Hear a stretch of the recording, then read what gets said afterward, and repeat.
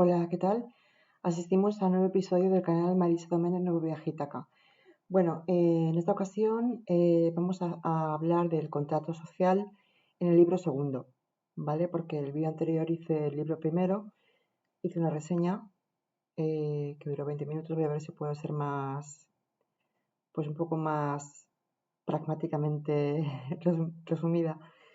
Y bueno, lo que os puedo decir es que voy a hacer solamente los 4 primeros capítulos del libro segundo, porque son alrededor de 30 páginas y son 12 capítulos, con lo cual pues yo creo que para evitar esta extensión en la medida de los vídeos, pues es mejor que lo vaya reduciendo.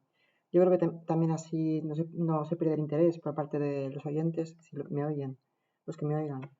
Bueno, eh, yo creo que hay que decir una cosa muy importante. Eh, Vamos a hablar de la soberanía, ¿vale?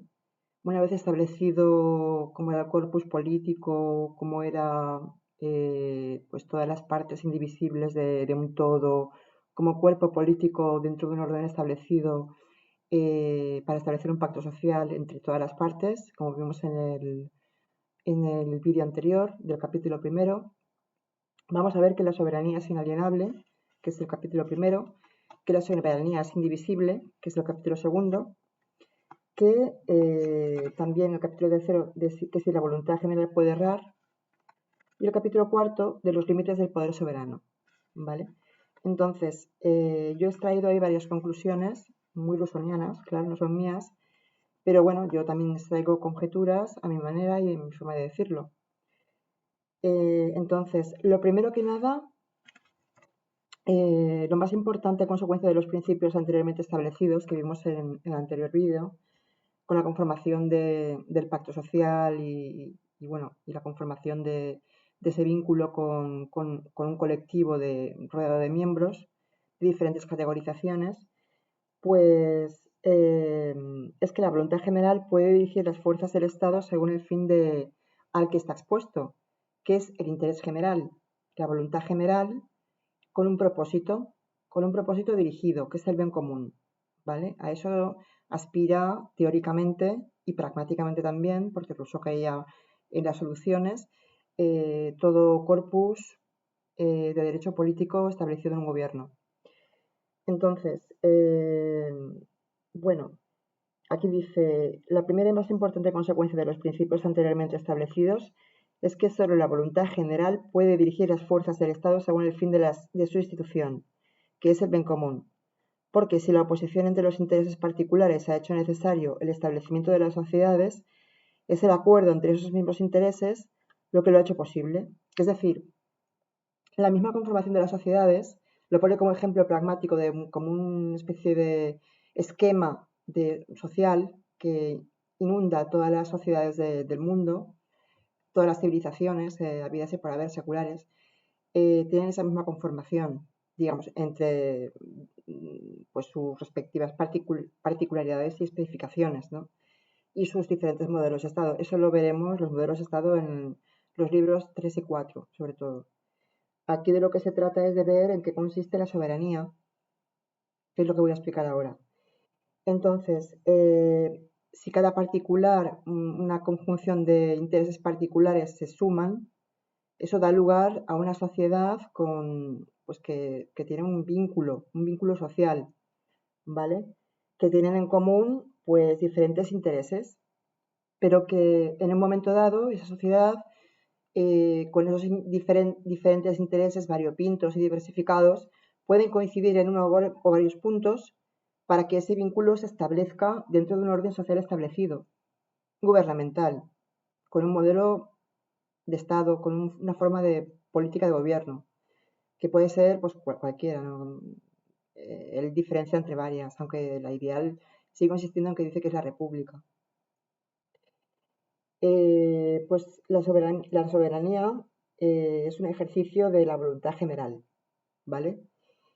Y bueno, la soberanía no puede enajenarse, porque la soberanía no es, si lo llevamos al extremo de la categorización de hombre, como interés particular primigenio, unipersonal, unilateral, con un interés particular, un interés genuino, aunque sea esencialmente, aunque sea en estado natural, el hombre tendía a preservarse a sí mismo, ¿os acordáis, no?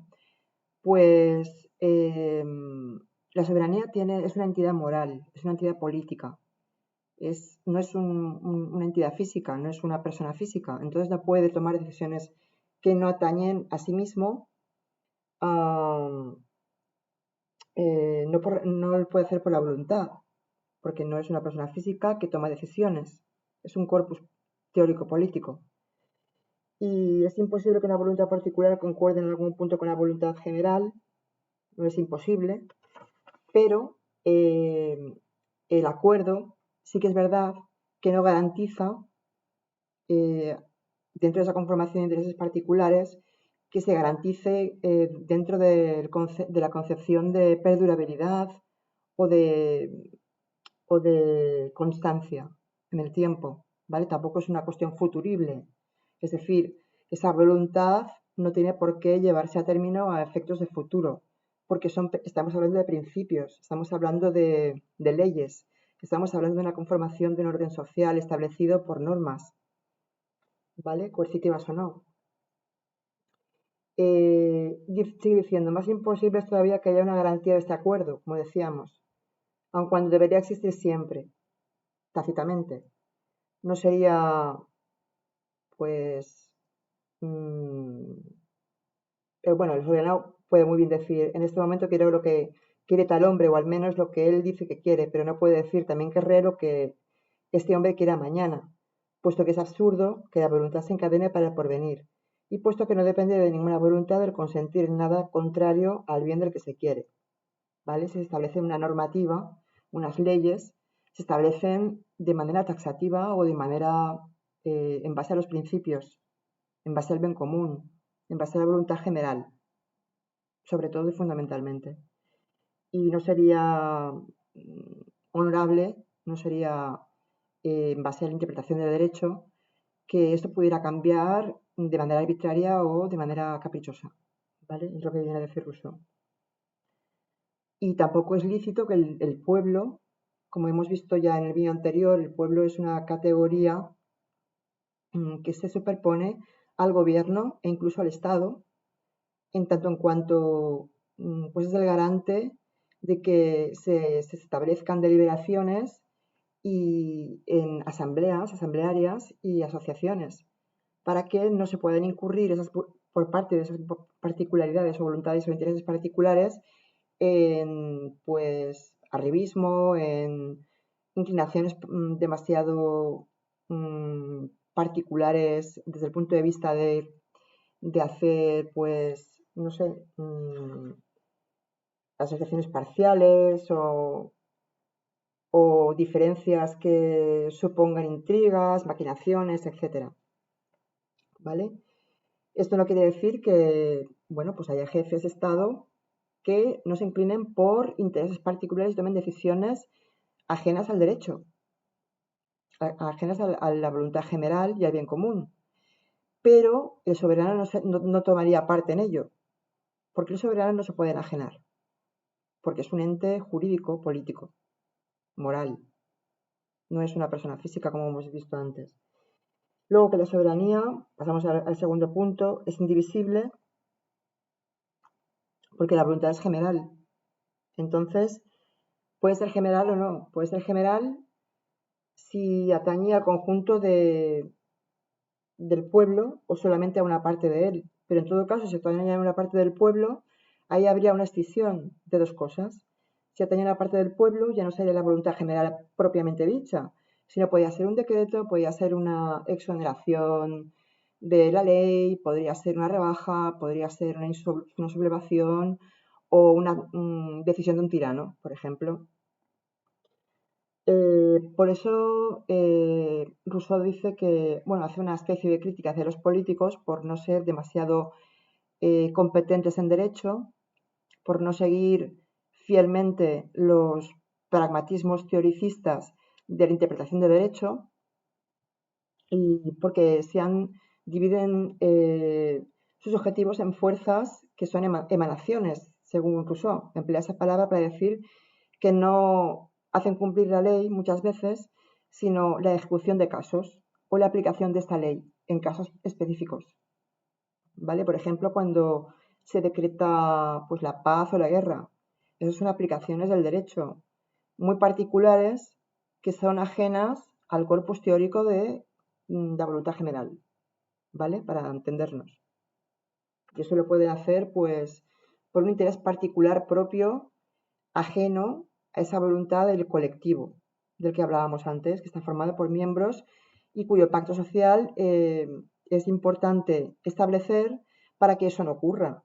O por lo que si ocurre o si se constituye mal un gobierno, pues se pueda solventar con la aplicación de deliberaciones, de votos, etcétera. Entonces, bueno, también dice que cuando una sociedad es muy grande o cuando se producen diferencias demasiado pequeñas, cuando son 2 o 3 asambleas solamente, es cuando pueden producir más diferencias oportunistas o maquinaciones, más que cuando se corresponde un voto a una persona, o cuando esas diferencias se corresponden con un grupo más extenso, de una sociedad más extensa.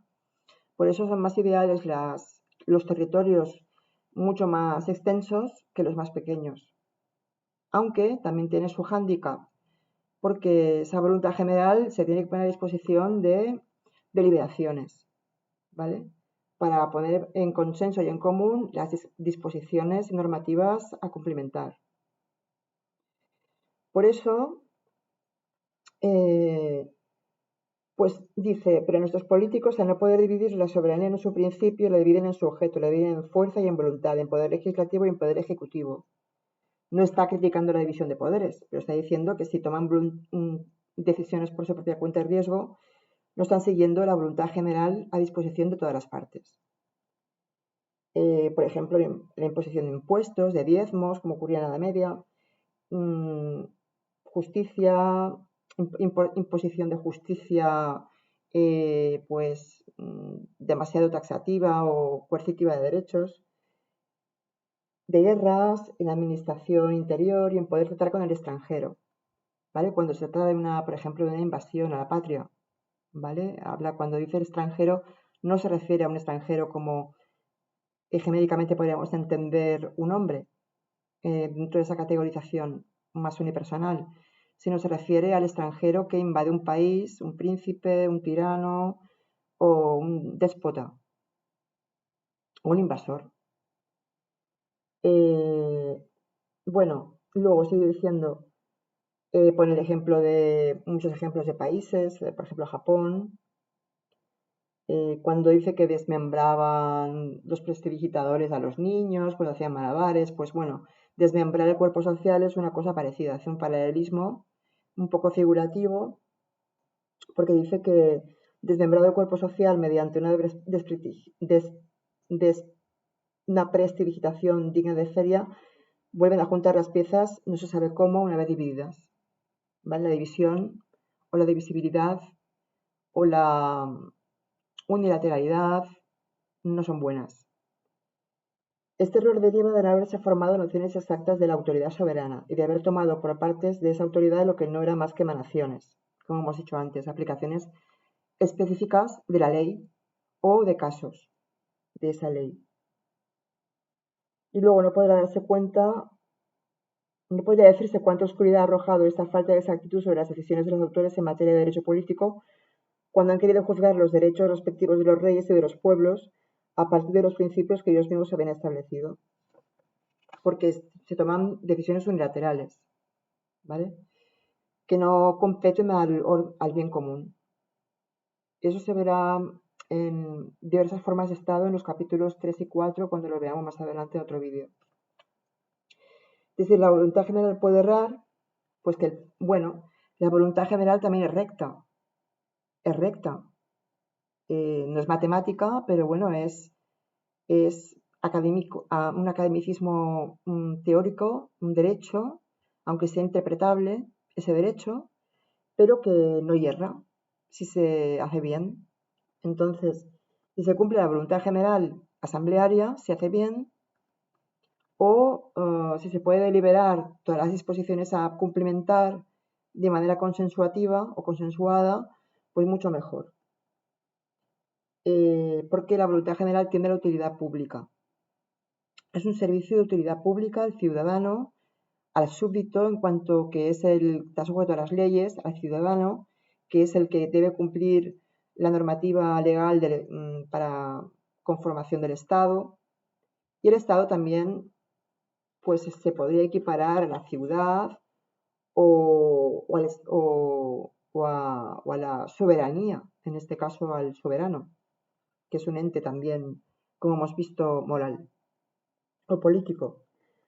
Eh, bueno, con frecuencia hay mucha diferencia entre la voluntad de todos y la voluntad general. Esta solo mira el interés común, la otra mira el interés privado, y no es más que una suma de voluntades particulares. Pero quitad de esas mismas voluntades los más y los menos que se destruyen entre sí, y queda por suma de las diferencias la voluntad general, ¿vale? Deliberaciones que hacen que sea una minoría las ideas particulares o los intereses particulares que, una vez asambleariamente constituidas las deliberaciones, hacen que sean una minoría, una proporción minoritaria con respecto a la voluntad general mayoritaria. Y luego ya, pues el cuarto apartado es de los límites del poder soberano. Dice, si el Estado o la ciudad no es más que una persona moral cuya vida consiste en la unión de sus miembros, y si el más importante de sus cuidados es el de su propia conservación, necesita una fuerza universal y compulsiva para mover y disponer cada parte de la forma más conveniente del todo, igual que la naturaleza de cada hombre un poder absoluto sobre todos sus miembros, que es el pacto social, que da al cuerpo político un poder absoluto sobre todos los suyos, y en ese mismo poder, que dirigido por la voluntad general, lleva, como he dicho, el nombre de soberanía. ¿Vale? Es la definición de soberanía que da Rousseau. Es una definición un poco más amplia, un poco más definitoria. Y luego hay que distinguir las personalidades privadas de las personalidades públicas, que se pueden dar al mismo tiempo, pero que no tienen el mismo concepto ni sirven a lo mismo, a la misma causa o al mismo efecto. Es cosa convenida que todo cuanto cada uno enajena por el pacto social de su poder, de sus bienes, de su libertad, es solo parte de todo aquello cuyo uso importa a la comunidad, pero hay que convenir también en que solo el soberano es juez de esa importancia. Todos los servicios que un ciudadano puede rendir al Estado se los debe tan pronto como el soberano los exija, pero el soberano por su parte no puede cargar a los súbditos con ninguna cadena inútil de la comunidad, no puede siquiera quererlo, porque bajo la ley de la razón nada se hace sin causa, igual que bajo la ley de la naturaleza. Ya habíamos dicho que había una causa para que el hombre actuara por sí mismo para preservarse su propia seguridad. Pero con el pacto social igualitariamente acordado, porque Rousseau busca la igualdad y la libertad, pero sobre todo una equidad, porque también se habla del pacto equitativo, no agregatorio, como hemos visto en el vídeo anterior, sino asociativo, pues queda asegurada y garantizada su seguridad colectiva, siempre y cuando se cumplan estas descripciones y cláusulas con el que está integrado el pacto social. En efecto, desde el momento en que se trata de un hecho o de un derecho particular sobre un punto que no ha sido regulado por una convención general y anterior, el asunto se vuelve contencioso. Está hablando de las deliberaciones, de las asambleas, de, de las decisiones que se toman conjuntamente, de todas las partes puestas armónicamente a disposición de la ley o de las leyes, no de la interpretación y de la ejecución o de los fallos de las mismas, ¿vale? Por tanto, es un proceso en que los particulares interesados son una de las partes y lo público la otra, pero en el que no veo ni la ley que hay que seguir ni el juez que debe fallar. Sería ridículo querer remitirse entonces a una decisión expresa de la voluntad general, que no puede ser más que la conclusión de una de las partes, y que por consiguiente no es para la otra más que una voluntad ajena, particular, inclinada en esta ocasión a la injusticia y sometida al error.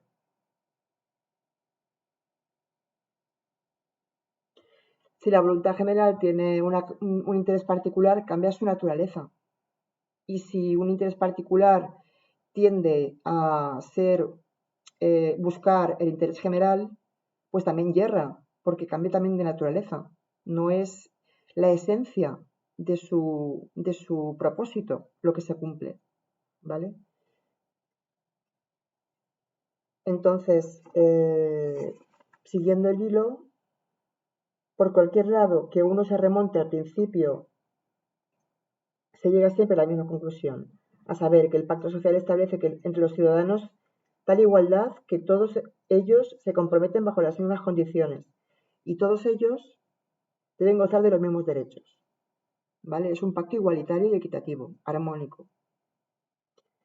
En teoría, claro, porque luego hemos visto que se producen revoluciones y se producen insurrecciones, se producen diferencias y a lo mejor esas diferencias no se pueden consensuar lo suficientemente como para que se produzca el orden social quede garantizado. Pero es lo que se busca con el pacto social. En esencia es el propósito dirigido o el objetivo por el que está conformado.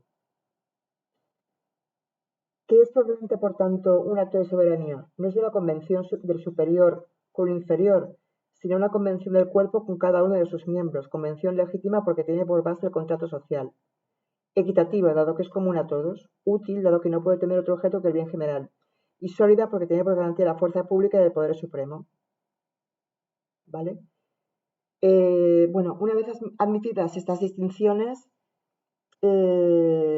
es completamente falso que hay una renuncia verdadera por parte de los particulares. No es verdad tampoco. No sería una cosa, eh, sería una cosa muy categórica decir eso. Porque su situación por efecto de este contrato es realmente preferible a lo que era antes, que era, digamos, un poco la ley de la jungla, ¿no?